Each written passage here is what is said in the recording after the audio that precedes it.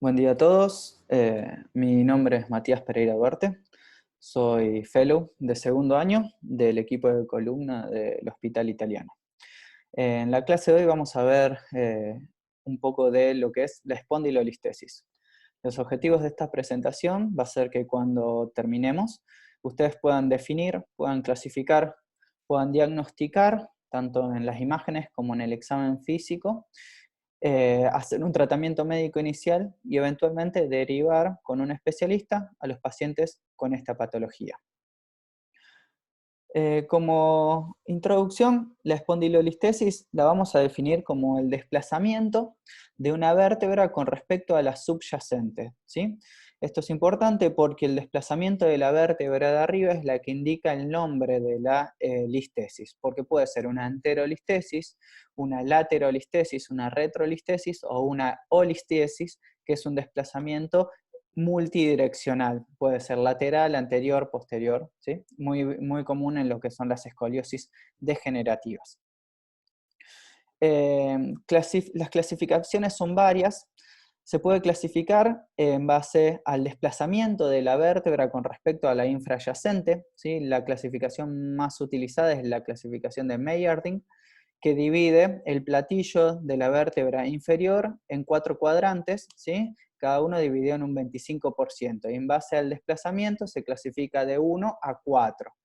La clase 5 es la espondiloptosis, que es cuando la vértebra subyacente pierde totalmente el contacto con el platillo superior de la vértebra infrayacente, como vemos acá.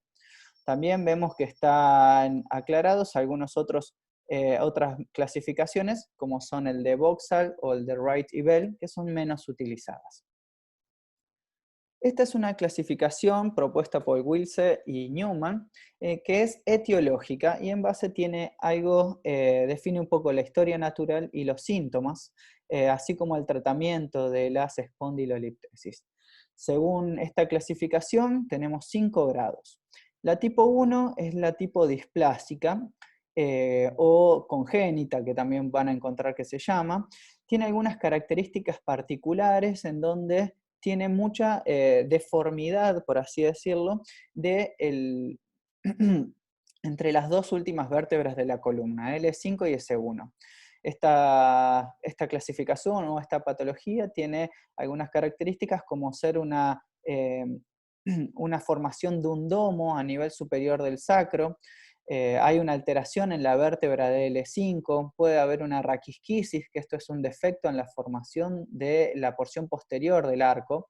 No son muy frecuentes, pero están descritas y su sintomatología aparece en las edades cortas de la vida, ¿sí? Después tenemos el tipo 2, que es la tipo ísmica, que es una de las más frecuentes junto con la tipo 3 o degenerativa. A su vez, la tipo 2 se clasifica en 3 tipos. La típica clásica, que es la 2A, que es la lítica, que corresponde a una fractura por estrés a nivel de la pars interarticularis. La pars interarticularis es un segmento del arco posterior vertebral que es el lugar en donde confluyen diferentes elementos del arco posterior, como son las apófisis transversas, las apófisis articulares, superior e inferior, y la lámina. En este punto específico es donde se produce la lisis, ¿sí? Esta puede ser, como dijimos, una ísmica tipo A cuando es fractura por estrés. La tipo B se considera una elongación de la pars. Esto ocurre cuando existen pequeñas microfracturas a lo largo del tiempo que se van consolidando y van elongando la pars. Y por último tenemos la tipo ísmica como fractura aguda, que es después de algún tipo de traumatismo, existe una fractura al nivel de la pars específicamente. La tipo 3 de la clasificación de Wilse es la de tipo degenerativo, ¿sí? También es la espondilolistesis más frecuente. Generalmente se da, después vamos a aclarar, entre la cuarta y quinta vértebra lumbar principalmente, y en las personas más añosas porque es un fenómeno degenerativo. Se debe a la pérdida de la laxitud y de la estabilidad que está propiciada a ese segmento por los discos intervertebrales, por los ligamentos y la cápsula articular entre esos segmentos vertebrales. Después la tipo 4 es la clasificación de tipo traumática. Este trauma es diferente de la clasificación de fractura aguda a nivel del istmo, sino que se produce una fractura en otro segmento de la vértebra diferente de la pars, ¿sí? Como vemos acá, en este ejemplo, que es el F, hay una fractura a nivel del pedículo, que esto condiciona la listesis del cuerpo vertebral suprayacente. Y por último tenemos la clasificación 5 de Wilse, el tipo 5, que es la patológica, que se debe a algún fenómeno que debilita la vértebra en algún segmento y produce la listesis. Puede ser una enfermedad Paget con una fractura, un tumor, o cualquier otra patología que pueda generar debilitamiento de la vértebra. ¿Cuáles son los síntomas más frecuentemente que presentan estos pacientes? Vamos a hablar principalmente de lumbalgia, ¿sí? O sea, los pacientes que tienen una espondilolistesis de cualquier causa generalmente tienen dolor lumbar bajo. Este dolor lumbar generalmente se presenta como un dolor en faja que puede irradiar a la parte de los glúteos o también a la zona trocantérica. Con menos frecuencia se extiende hacia la parte superior de la espalda lumbar o a la parte inferior de la parte dorsal. Es un dolor mecánico principalmente, o sea que alivia con el reposo y que se exacerba con los movimientos, y es muy característico muchas veces que el dolor se presenta al iniciar el movimiento y tiende a aliviar un poco con los movimientos repetidos, ¿sí? Pero bueno, vamos a ver que hay diferencias en base a la etiología de la listesis. Por otro lado, el paciente puede presentar con radiculalgia o dolor radicular, ¿sí? La radiculalgia es el dolor a nivel de un dermatoma específico que está inervado por una raíz nerviosa saliente de la columna vertebral. Como van a ver, la radiculalgia depende de cuál es la etiología de esa listesis. Más frecuentemente puede ser a nivel de la raíz de L4, cuando es una listesis degenerativa, y en los casos de la listesis de tipo ístmica, que se dan entre L5 y S1 principalmente, puede ser una radiculalgia de L5. A su vez, la causa de la radiculalgia difiere también según la etiología, ya que en una etiología degenerativa, muchas veces la radiculalgia se debe a la compresión radicular a nivel del foramen por un ligamento amarillo hipertrófico, por una hipertrofia de las facetas o una degeneración del disco subyacente.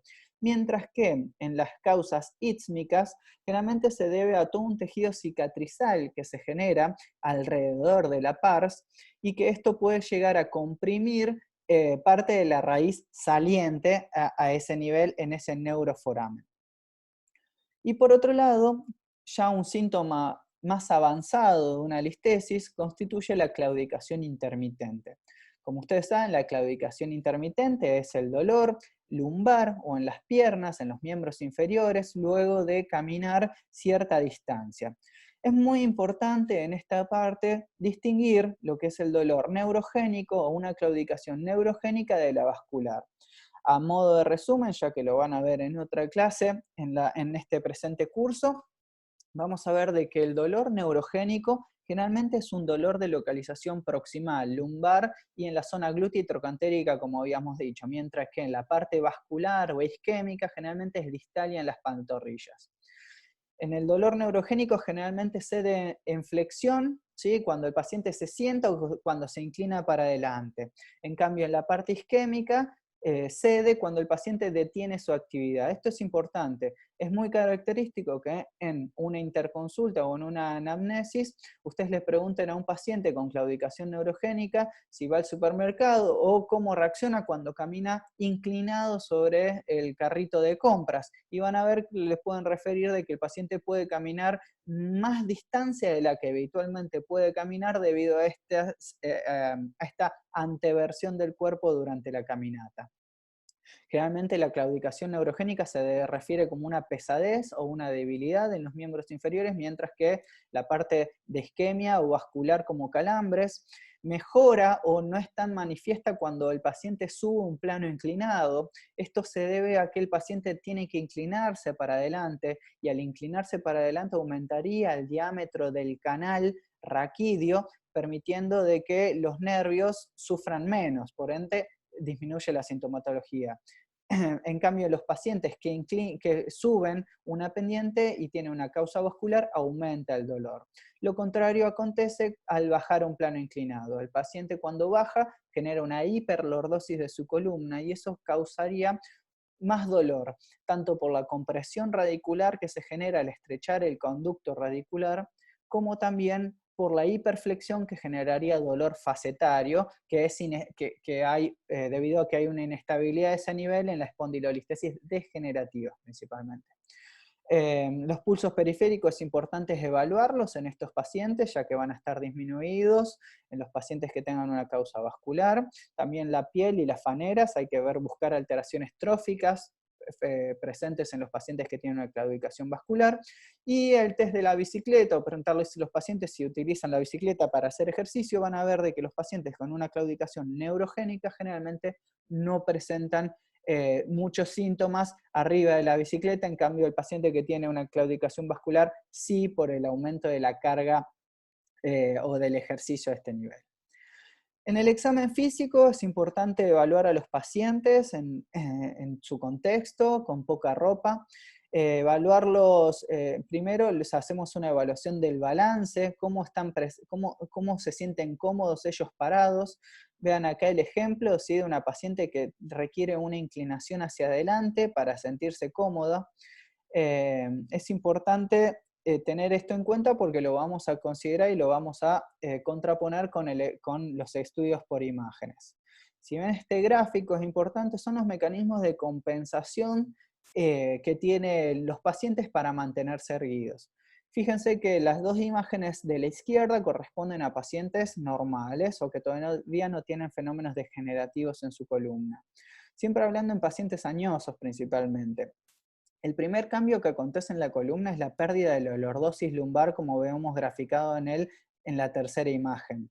Posteriormente empiezan a aparecer mecanismos compensatorios para que la línea de la plomada, que es aquella que va desde el conducto auditivo externo y tiene que pasar entre las caderas y el sacro, se mantenga en eje, que esos mecanismos constituyen principalmente la hiposifosis dorsal o también la anteversión de la pelvis. Cuando estos mecanismos ya no son suficientes, empieza a jugar un papel lo que es la flexión de las caderas y de las rodillas, como ven en la cuarta imagen, hasta que los mecanismos compensadores son vencidos, ¿sí?, y el paciente entra en desbalance. Por lo tanto, la línea de la plomada cae por delante, muy por delante de lo que es la línea de las caderas. Esto condiciona un gran dolor para el paciente, principalmente digo la fatiga muscular que se genera al intentar mantener una postura erguida o una mirada hacia el horizonte. Dentro del examen físico también evaluamos la movilidad de las caderas, la marcha, como habíamos dicho previamente. Es importante detectar qué tipo de marcha tiene el paciente, si es una marcha antálgica, si tiene un Trendelenburg, pensando en una debilidad o una claudicación por el dolor en la cadera. Quizá puede tener un Trendelenburg por una debilidad en el glúteo medio, puede ser causado por una radiculopatía de L5. También hay que ver si tiene una marcha espástica. Esto puede alterar o puede señalar algún tipo de alteración a nivel cervical. La movilidad de la columna es muy importante, ¿sí? Las rotaciones, como ven en el primer ejemplo, la flexión lateral o en la flexión posterior o la extensión de la columna, esto es importante. Generalmente el paciente que tiene una espondilolistesis tiene un dolor posterior o aumento del dolor cuando se inclina hacia atrás. Eso genera una hiperpresión en las facetas y un estrechamiento del canal estrecho que puede llegar a tener, y eso genera dolor a ese nivel, mientras que alivia con la flexión frontal del paciente. Es importante revisar los reflejos, esto lo vamos a pasar rápido porque hay una clase específica de examen físico. Tener en cuenta que una hiporreflexia hace mención a un síntoma de una motoneurona inferior, mientras que una hiperreflexia pueda hacer sospechar síntomas de motoneurona superior, como por ejemplo nuestra especialidad, que es el canal estrecho cervical. La fuerza muscular hay que tenerla en cuenta, más que nada para ver simétrica o asimétrica y cuáles son las raíces nerviosas potencialmente comprometidas. Y ya vamos a la parte de pedirle estudios a los pacientes. Obviamente el estudio inicial para todos los pacientes en su columna lumbosacra principalmente son las radiografías de frente y de perfil, ¿sí? Donde podemos llegar a detectar diferentes tipos de anomalías. Principalmente el diagnóstico lo hacemos cuando vemos un desplazamiento de un cuerpo vertebral con respecto al inferior, como ocurre acá en este nivel, en L4, L5. Si ven más detenidamente, también existe un desplazamiento, ¿sí?, del cuerpo superior de L1 con respecto al de L2 a nivel superior. Fíjense que aquí existe un escalón si seguimos la cortical posterior de estas vértebras.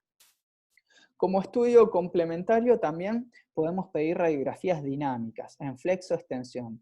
Esto es muy importante para nosotros, los especialistas, principalmente para detectar signos de inestabilidad a nivel de la columna, ya que esta inestabilidad radiográfica puede llegar a tener algún tipo de correlación con el dolor que presenta el paciente o con los síntomas del paciente.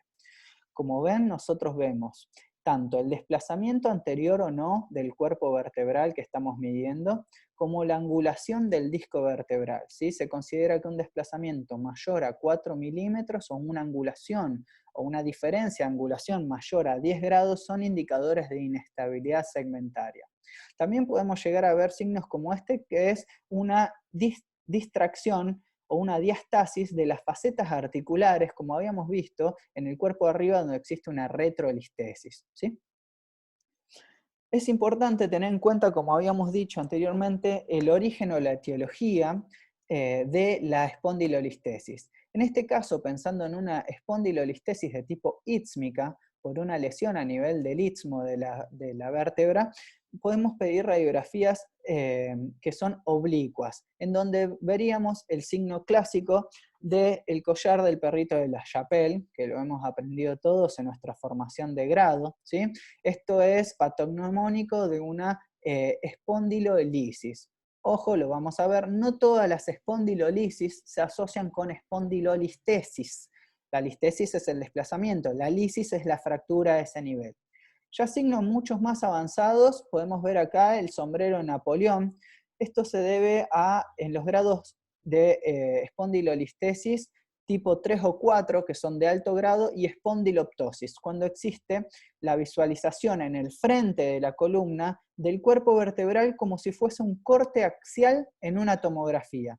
Si ven este ejemplo de arriba o acá en esta imagen, como las vértebras con sus apófisis transversas semejan o simulan el sombrero invertido de Napoleón. Signos raros de ver, pero que está descrito. Por otro lado, la tomografía también brinda su información, ¿sí? Permite detectar la lisis, es muy específica cuando tenemos sospecha en las radiografías para detectar la lisis, porque a veces no es bilateral, sino que es unilateral. También brinda información del grado exacto de desplazamiento de un cuerpo vertebral sobre otro, del estado del disco. Fíjense que se ve a este nivel un neumodisco o aire, ese segmento negro entre el cuerpo vertebral significa una degeneración discal avanzada. Se ven cambios artrósicos o de degeneración crónica, como son estos osteofitos anteriores que pretenden contener el desplazamiento anterior de la vértebra. También es importante para ver lo que es el ángulo o la angulación de las facetas articulares, ya que vamos a ver más adelante. Mientras las facetas articulares se localicen en una posición más sagital, o sea, más vertical en este sentido, el riesgo de progresión es mayor. ¿Por qué? Porque las facetas actúan como una traba, ¿sí? Mientras más horizontal sea una faceta, tiene mejores propiedades mecánicas de contener ese desplazamiento. Cabe aclarar acá de que muchas veces las espondilolistesis de tipo degenerativo no progresan más allá del grado 2, o sea, más de un 50% de desplazamiento, porque existe esta traba. En cambio, en la espondilolistesis de tipo ísmica son los que pueden alcanzar el mayor grado de desplazamiento debido a que la comunicación entre el arco posterior y el cuerpo vertebral anterior a nivel de la pars está roto, y esto deja al disco intervertebral como único mecanismo de contención de ese desplazamiento anterior vertebral. Por otra parte, hay muchas veces en donde los pacientes no se pueden hacer una resonancia, entonces está indicado hacer una mielotomografía o una mielografía que puede brindar datos del canal raquídeo y además es un estudio dinámico, o sea que podemos estudiar al paciente bajo el intensificador de imágenes y ver cómo responde su canal o su estenosis a nivel raquídeo en diferentes posiciones. Pero obviamente el estudio de elección en una columna es la resonancia magnética. Generalmente la pedimos sin contraste. Y vemos acá, nos permite identificar más que nada las partes blandas. Vamos a diagnosticar el desplazamiento y el grado de desplazamiento. Fíjense acá, el, fíjense acá el nivel de la espondiloptosis en este ejemplo y la listesis grado 1, 4, 5 a nivel en las imágenes del lado derecho. Importante remarcar acá que generalmente, como les había dicho antes, al no existir una continuidad entre el cuerpo vertebral y la parte posterior de la vértebra, las espondilolistesis de causa ísmica no cursan generalmente con síntomas de canal estrecho. Fíjense el amplio canal radicular que presenta este paciente. En cambio, en la espondilolistesis degenerativas, donde existe un desplazamiento en conjunto de toda la vértebra, si ustedes ven la imagen, hace esto. Entonces, el trayecto inicial o el canal raquídeo se ve estenosado porque es toda la vértebra que avanza y genera la estenosis junto con la artrosis facetaria, el buckling o el abultamiento del ligamento amarillo y su hipertrofia, o también algún tipo de compresión por los discos degenerados y la protrusión de los mismos hacia posterior. Es importante remarcar acá también que cuando vemos líquido en las facetas articulares en la resonancia, esto habla de inestabilidad, de la misma manera que veíamos la inestabilidad radiológica en las radiografías dinámicas. Ahora para hablar un poquito y particularmente de cada caso, como le habíamos dicho, el tipo 2 de la clasificación de Wilson, 2A principalmente, que se da en una espondilolistesis ísmica por fracturas por estrés, es una patología que se ve principalmente en el paciente joven, adolescente, deportista, ¿sí? Generalmente tiene o hace deportes de hiperflexión de su columna, ¿sí? Rugby, por ejemplo, atletismo, levantamiento de pesas, remo, vóley, ¿sí? Vóley cuando remata generalmente, estos mecanismos de hiperextensión de la columna genera un mecanismo por el cual mucha carga se transmite a la zona de la pars y esto genera microfracturas que a veces no consolidan y generan la lisis. Como le habíamos dicho, la incidencia en radiografías está dado en cercana al 5% de la población general y la tomografía, que es mucho más específica, aumenta la incidencia al 6-7%. La zona más frecuentemente de localización de la espondilolistesis ísmica es a nivel de L5-S1, menos frecuentemente L4-L5, y en cierta cantidad de pacientes es unilateral únicamente. Es más frecuente en hombres, con una relación de 3-1 principalmente, y en general son de tratamiento no quirúrgico. Después lo vamos a ver bien en la parte de tratamiento. Como les había dicho, fíjense que en la imagen de la izquierda, cómo se produce la ruptura, y esté bien marcado en la tomografía, la ruptura a nivel de la pars, y es esta ruptura la que genera de que este tipo de espondilolistesis pueda alcanzar los grados más altos de la misma. Por otro lado, repetimos, la causa más frecuente de una espondilolistesis es la de causa degenerativa, principalmente en L4 y L5. Van a ver que en este caso la relación hombre-mujer se invierte, es mucho más frecuente en las mujeres, y más si las mujeres han tenido hijos. Esto se relaciona principalmente a la carga hormonal y a la laxitud ligamentaria que se genera en las mujeres en el momento del parto y de la gestación, ¿sí? Como saben, hay hormonas que relajan los ligamentos y esto puede predisponer al mayor grado de espondilolistesis a este nivel. Hay algunos otros factores mecánicos que son, por ejemplo, la hiperdolordosis, o sea, una mayor curvatura en su columna lumbar puede generar fuerzas de cizallamiento más importantes que predisponen a una mayor tendencia a la espondilolistesis, como una sacralización de L5. Esto genera de que el último segmento lumbar se fije al sacro, por lo tanto el primer segmento móvil correspondería al disco L4, L5, aumentando la probabilidad de que tengan una espondilolistesis, y también la sagitalización de las facetas, como habíamos hablado previamente en la tomografía. Aquí vemos que la raíz más frecuentemente afectada es la L5 por una compresión central o del receso que se llama, por el canal estrecho que se genera.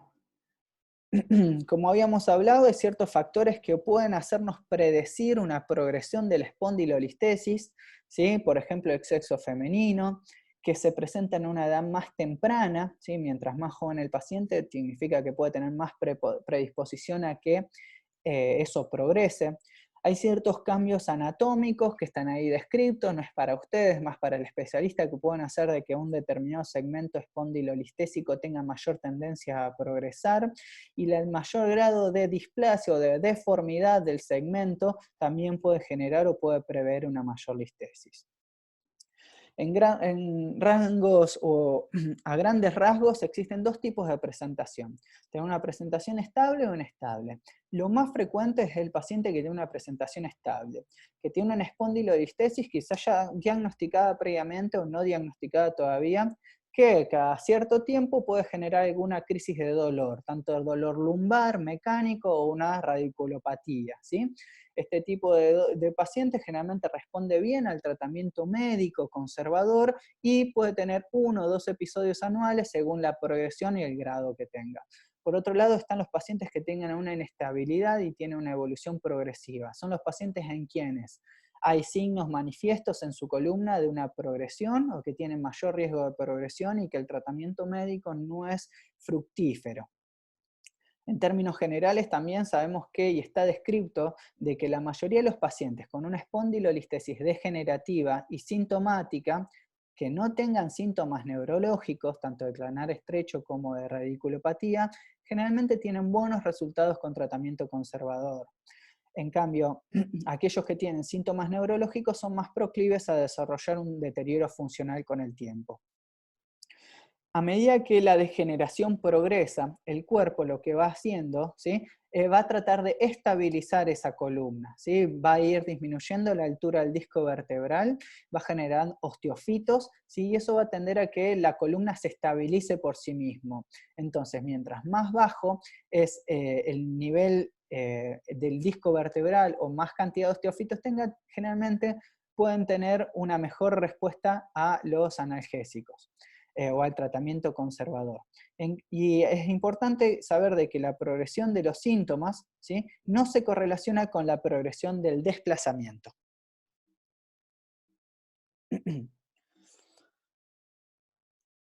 ¿Cuál es el tratamiento inicial? Bueno, acá les voy a hacer una diferencia en lo que es el tratamiento de la espondilolisis, ¿sí? La ruptura de la parte de la espondilodegenerativa. Generalmente, si tenemos un paciente joven, adolescente o adulto joven y diagnosticamos una espondilolisis, ¿sí? Sin listesis, ¿sí? Con síntomas relativamente controlables, la idea es suspenderle toda la actividad física y de impacto que tenga este paciente o de hiperflexión de su columna. Muchas veces es necesario colocar un corsé o una inmovilización. Estos corsés particularmente son corsés que se realizan evitando la hiperlordosis, o sea, generando cifosis en la columna. Se le puede indicar reposo, tanto en cama, un reposo relativo, y se indican un esquema de analgésicos. La gran mayoría de estos pacientes van a resolver sus síntomas. Y hay un porcentaje de pacientes en donde tienen una espondilolisis reciente, por así decirlo, que pueden curarla, o sea que puede terminar fusionándose esa fractura a nivel de la pars. Otro tema son las espondilolistesis degenerativas, ¿sí? Este caso, el tratamiento inicial generalmente se da con AINES, analgésicos, paracetamol, diferentes esquemas de analgésicos. La kinesiología es importante de fortalecimiento de la zona media o core y de los miembros inferiores. Esto se refiere a fortalecimiento abdominal y lumbar, que a manera de faja actuarían haciendo una contención muscular periférica de esa columna potencialmente inestable. También se le puede indicar algún tipo de ortesis, como una faja lumbar ballenada, diferente grado de contención. Van a ver, generalmente indicamos ballenada por la contención. Una faja lumbar abdominal postquirúrgica muchas veces no tiene un buen efecto o no es una contención suficiente. Que pierdan peso, que disminuyan la carga que le aplican a esa columna es importante, y también modificar las actividades. Si al paciente le gustaba salir a caminar o correr, por ahí se puede indicar actividades sin impacto como la natación, la bicicleta, ¿sí? O incluso la actividad en gimnasio.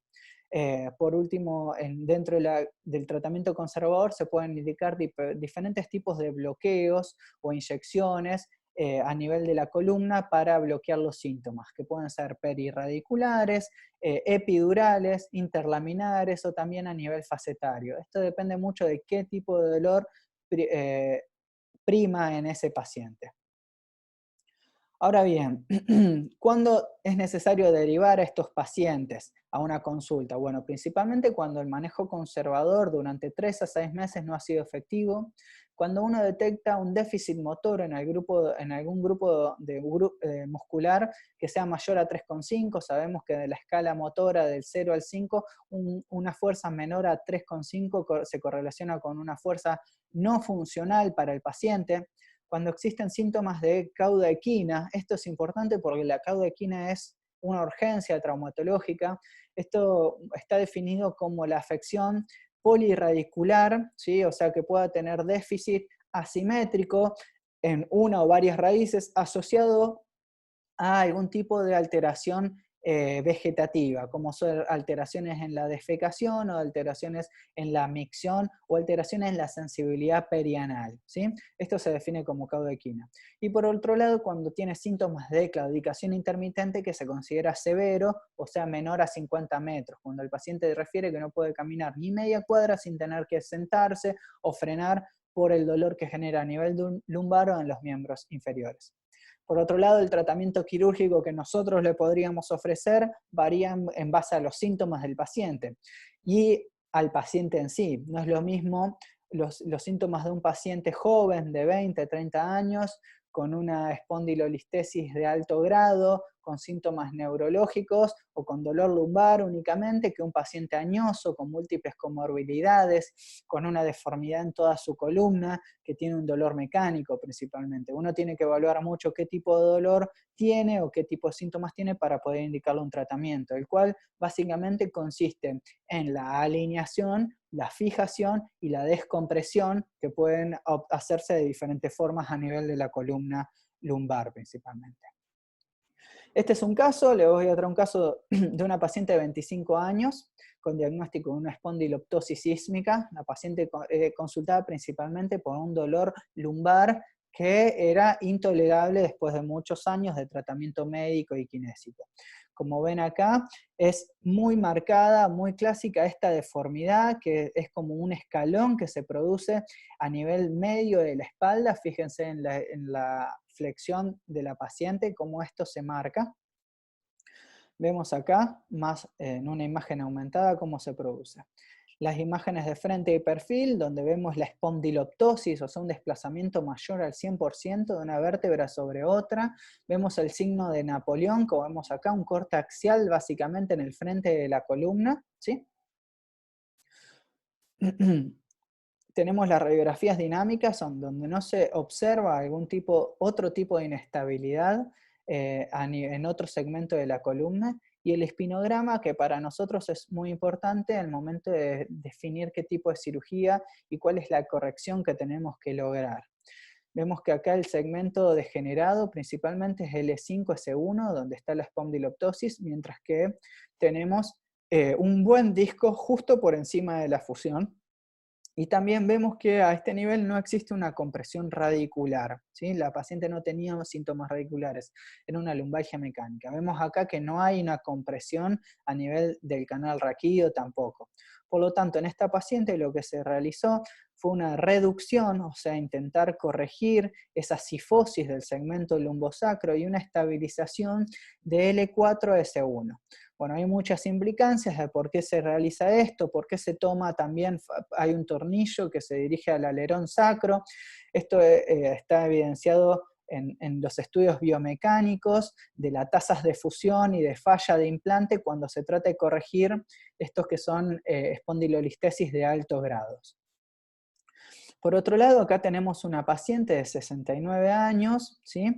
En donde tiene el antecedente de haber realizado una descompresión L5-S1, fíjense el pinzamiento que existe entre la quinta vértebra lumbar y S1 hace muchos años. Evidentemente el proceso degenerativo en este nivel avanzó hasta el punto de autocontenerse, ¿sí? Su columna naturalmente contuvo el desplazamiento, la movilidad, y eso está fijo en este momento, y tenemos una espondilolistesis grado 1/2 entre L4 y L5. En el espinograma vemos un paciente que tiene un balance coronal y sagital adecuados, y en las radiografías de flexoextensión no se evidencia una inestabilidad muy marcada, ¿sí? O sea que no hay una angulación mayor de 10 grados en el disco comprometido, como un desplazamiento mayor a 4 milímetros entre el platillo posterior de cada vértebra. Fíjense que no hay nada de movimiento tampoco en el espacio L5-S1. Vemos acá la resonancia, donde se ve parte de un canal estrecho que se genera a nivel radicular, en parte por el ligamento amarillo hipertrófico y una protrusión discal a nivel L4-L5 que generaba síntomas, ¿sí? Vemos acá los cortes en T1 y en STIR, donde se ponen evidencias de la discopatía de los dos últimos niveles y cómo tiene unos buenos discos hidratados y de buena altura a nivel superior. Esto es lo que yo le decía antes. Esta es la faceta articular, que son relativamente horizontales. Del lado izquierdo podemos ver, del lado derecho un poco más sagital, pero hay líquido, hay una lámina de líquido en esta faceta y eso es un indicador de inestabilidad segmentaria potencial. A su vez, la tomografía nos evidencia grados de autoestabilización de esta columna L5-C1 con una discopatía, pero con mucho osteofito. Este segmento está fijo, mientras que vemos aire en el disco alto a nivel L4-L5. Que tenga el disco alto y aire y en esta discopatía significa que todavía tiene mucho por avanzar o de progresar ese disco y que tiene grandes chances de presentar algún desplazamiento adicional. Vemos acá los cortes axiales, como vemos una distracción, acá estas son las facetas que se llenan de líquido, fíjense que incluso hay aire en la faceta, eso es indicador de inestabilidad segmentaria. En este caso se le propuso una descompresión y una fijación segmentaria 4-5, ya que el disco de abajo estaba gastado, pero está fijo, ¿sí? Bueno, muchas gracias.